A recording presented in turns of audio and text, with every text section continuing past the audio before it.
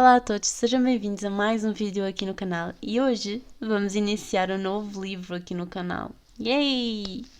O Príncipe Cruel, um dos meus livros favoritos, como vocês puderam ver no vídeo de Os livros é que dei 5 estrelas. O Príncipe Cruel. Para Cassandra Clare, que foi finalmente atraída até à Terra das Fadas. Livro 1. Crianças nascidas com sangue de fada nunca precisam de camisa nem nada. Nunca lhes falta o que comer. Têm sempre o que lhes apetecer. Bolsos de ouro a abarrotar. E aos 7 anos estão a casar. Cada filho de fada terá como adquirido 10 ovelhas e um par de cavalos aguerrido. Têm casas de bom gabarito, feitas de tijolo ou de robusto granito. Vivem de cerejas, correm desvairadas. Oh, como queria ser filho das fadas. Robert Graves. Como queria ser filho das fadas. Prólogo. Numa sonolenta tarde de domingo, um homem com um longo sobretudo escuro hesitou diante de uma casa, numa rua ladeada de árvores. Não tinha carro estacionado, nem tinha vindo de táxi. Nenhum vizinho o viu caminhar pelo passeio. Limitou-se a aparecer, como se passasse entre uma sombra e a seguinte. O homem aproximou-se da entrada e ergueu o punho para bater à porta. Dentro de casa, Jude estava sentada no tapete da sala a comer douradinhos moles, aquecidos no micro-ondas e arrastados por uma poça de ketchup. A sua irmã gêmea, Taryn, dormitava no sofá, encolhida debaixo de um cobertor, de polegar enfiado na boca manchada de ponche de fruta. Na outra ponta do sofá, a irmã mais velha, Viviane, olhava fixamente para o televisor, os olhos assustadores de pupilas alongadas fixos no desenho animado em que o rato fugia do gato. Riu-se quando parecia que o rato estava prestes a ser comido. Vivi era diferente das outras irmãs mais velhas, mas como Jude e Taryn, de 7 anos, eram idênticas, com o mesmo cabelo castanho despenteado e as mesmas caras em forma de coração, também elas eram diferentes. Os olhos de Vivi e as pontas das orelhas ligeiramente peludas eram, para Jude, tão normais como ser o reflexo de outra pessoa no espelho. E se por vezes reparava na forma como os miúdos da vizinhança evitavam Vivi, ou como os seus pais falavam sobre ela em voz baixa, Jude não considerava que fosse importante. Os adultos andavam sempre preocupados, sempre a sussurrar. Taryn bocejou e espreguiçou-se, pressionando a bochecha contra o joelho de Vivi. Lá fora, o sol brilhava, aquecendo o asfalto da entrada. Motores de corta-relva zumbiam e crianças chapinhavam em piscinas nas traseiras das casas. O pai estava no anexo, onde tinha uma forja. A mãe estava na cozinha a fazer hambúrgueres. Tudo era aborrecido, tudo estava bem. Quando ouviram bater, Jude saltou para abrir a porta. Tinha a esperança de que fosse uma das raparigas do outro lado da rua a convidá-la para jogar videojogos ou para um mergulho depois de jantar. O homem alto estava na entrada a olhar para ela com cara de poucos amigos. Vestiam sobretudo de couro castanho, apesar do calor. Os seus sapatos tinham biqueira de prata e produziam um som oco quando entrou. Jude ergueu o olhar para a sua cara sombria e estremeceu. « Mãe! » gritou. « Mãe! Está aqui alguém! » A sua mãe veio da cozinha limpando as mãos molhadas às calças de ganga. Quando viu o homem, empalideceu. « Vai para o teu quarto » disse ela a Jude, com uma voz assustadora. « Já! » « De quem é esta criança? » perguntou o homem apontando para Jude. A sua voz tinha um sotaque peculiar. « Tua filha?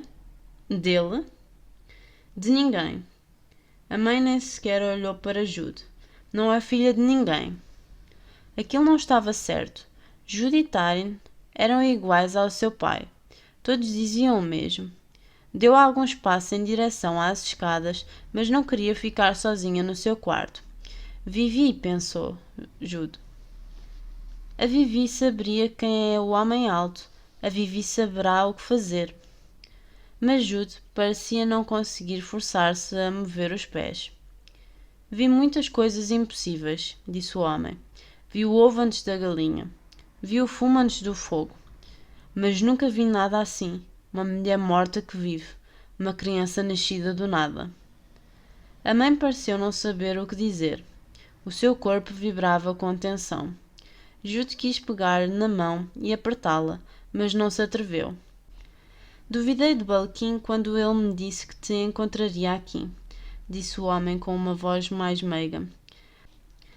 Os ossos de uma mulher terrena e da sua criança por nascer nos escombros queimados da minha propriedade eram convincentes. Sabes como foi regressar da batalha e encontrar a minha mulher morta, juntamente com a minha única herdeira? Encontrar a minha vida reduzida a cinzas? A mãe abanou a cabeça. Não é resposta, mas como se tentasse libertar-se das palavras. O homem deu um passo na sua direção e ela recuou um passo. Havia algo errado na perna dele. Movia-se com rigidez, como se lhe provocasse dor. A luz era diferente na entrada e Jude conseguia ver a estranha tonalidade verde da sua pele e a forma como os dentes interiores pareciam demasiado grandes para a sua boca. Viu que os olhos dele eram iguais aos de Vivi. Nunca seria feliz contigo, disse-lhe a mãe. O teu mundo não é para gente como eu. O homem alto olhou-a durante um longo momento. Proferiste votos, disse por fim. A mãe ergueu o queixo. E depois renunciei-os. O olhar dele virou-se para Jude e a sua expressão endureceu. Que vale uma promessa de uma esposa mortal? Devo ter encontrado a minha resposta. A mãe virou-se. Percebendo o seu olhar, Jude correu para a sala. Tarin ainda dormia. A televisão continuava ligada. Viviana ergueu os seus olhos de gato semicerrados. Quem é? Perguntou. Ouvi discutir. Um homem assustador, disse-lhe Jude sem fogo, apesar de mal ter corrido. Seu coração estava acelerado. Devíamos ir para cima. Não importava que a sua mãe lhe tivesse ordenado só a ela para subir. Não iria sozinha. Com um suspiro, Vivi levantou-se do sofá e abanou Tarin para a acordar. Sonolenta, a gêmea de Jude seguiu as duas irmãs para o corredor. Enquanto se dirigiam para os degraus atapetados, Jude viu o seu pai entrar vindo do jardim das traseiras. Trazia um machado na mão, forjado como réplica quase perfeita do modelo que tinha estudado num museu na Islândia. Não era estranho ver o pai com um machado. Ele e os seus amigos gostavam de armas antigas e passavam muito tempo a falar sobre cultura material e a esboçar ideias para lâminas fantásticas. Estranha era a forma como segurava a arma, como se quisesse. Seu pai moveu o machado na direção do homem. Nunca tinha erguido uma única mão para disciplinar Jude ou as suas irmãs, mesmo quando se metiam em grandes charidos. Não fazia mal a ninguém. Não conseguia. E, no entanto, o machado passou pelo homem alto, cravando-se no batente da madeira da porta. Tarin produzia um uivo estranho e agudo, cobrindo a boca com as mãos. O homem puxou por uma lâmina curva escondida no sobretudo de couro, uma espada, como as dos livros de histórias. O pai tentava libertar o machado da porta quando o homem lhe cravou a espada no estômago, empurrando-a para cima. Ouviu-se um som como pausas estalarem e um grito animalesco. O pai caiu sobre a carpete da entrada, aquela que fazia sempre a mãe gritar quando a pisavam com os pés cheios de lama. A carpete que estava a ficar vermelha. A mãe gritou. Jude gritou. Tarin e Vivi gritaram. Todos pareciam gritar, exceto o homem alto. Vem cá, disse ele olhando diretamente para Vivi. Seu monstro! Gritou a mãe delas, dirigindo-se para a cozinha. Ele está morto! Não fujas de mim, disse-lhe o homem. Não depois do que fizeste. Se voltares a fugir, juro que... Mas a mãe fugiu. Estava quase a dobrar a esquina quando a lâmina dele a atingiu nas costas. caiu sobre o linóleo e os seus braços em queda derrubaram os ímãs do frigorífico. O cheiro a sangue fresco era intenso, fazendo lembrar metal molhado e quente, como aqueles esfregões de arame que a mãe usava para limpar os restos queimados da frigideira. Jude correu para o homem, golpeando-lhe o peito com os punhos e pontapeando-lhe as pernas. Nem sequer tinha medo, nem sequer sabia ao certo se sentia alguma coisa. O homem não lhe deu qualquer importância. Por um longo momento, deixou-se ficar onde estava, como se lhe custasse acreditar no que tinha feito. Como se desejasse poder anular os últimos 5 minutos. A seguir, pousou um joelho no chão e segurou Jude pelos ombros. Segurou-lhe os ombros contra o tronco para que ela não conseguisse voltar a bater-lhe, mas nem sequer a olhava. Os seus olhos fixavam-se em Viviane. Foste-me roubada, disse-lhe. Vim levar-te para o teu verdadeiro lar, em Elpham, sob a colina. Aí terás riqueza incalculável. Aí estarás com os teus. Não, disse-lhe Vivi com a sua voz baixa e sombria. Não vou a lado nenhum contigo. Sou o teu pai, disse-lhe ele com uma voz severa que subia de tom como o som de uma chicotada.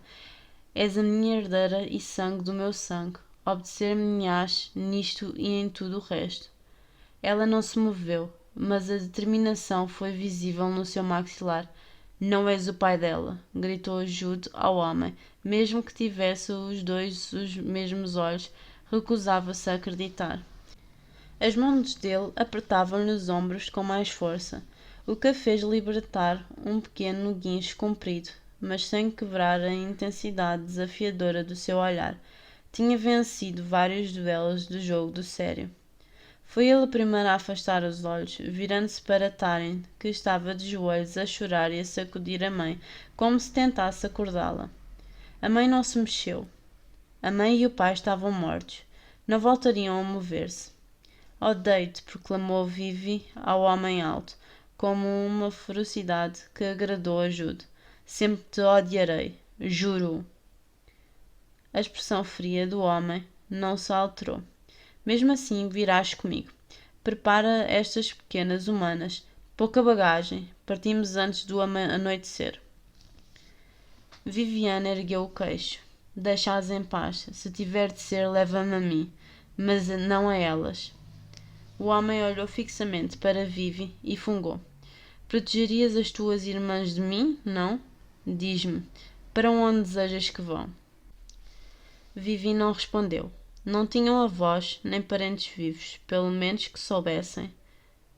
O homem voltou a olhar para Jude, soltou-lhe os ombros e levantou-se. São a prole da minha mulher, e como tal, minha responsabilidade. Posso ser cruel, um monstro e um assassino, mas não me esquivo às minhas responsabilidades, como tu não deverás esquivar-te às tuas, enquanto mais velha. Anos depois, quando Jude contou a si mesmo o que tinha acontecido, não conseguia recordar o momento em que fizeram as malas. O choque parecia ter apagado por inteiro essa hora, mas de alguma forma Vivi acabara por encontrar as malas e encher-as com os seus livros ilustrados preferidos e os brinquedos de que mais gostavam, juntamente com fotografias, pijamas, casacos e camisas. Ou talvez Jude tivesse feito a sua própria mala. Nunca percebeu ao certo. Não conseguia imaginar como o tinham conseguido, com os cadáveres dos seus pais a arrefecerem no andar de baixo.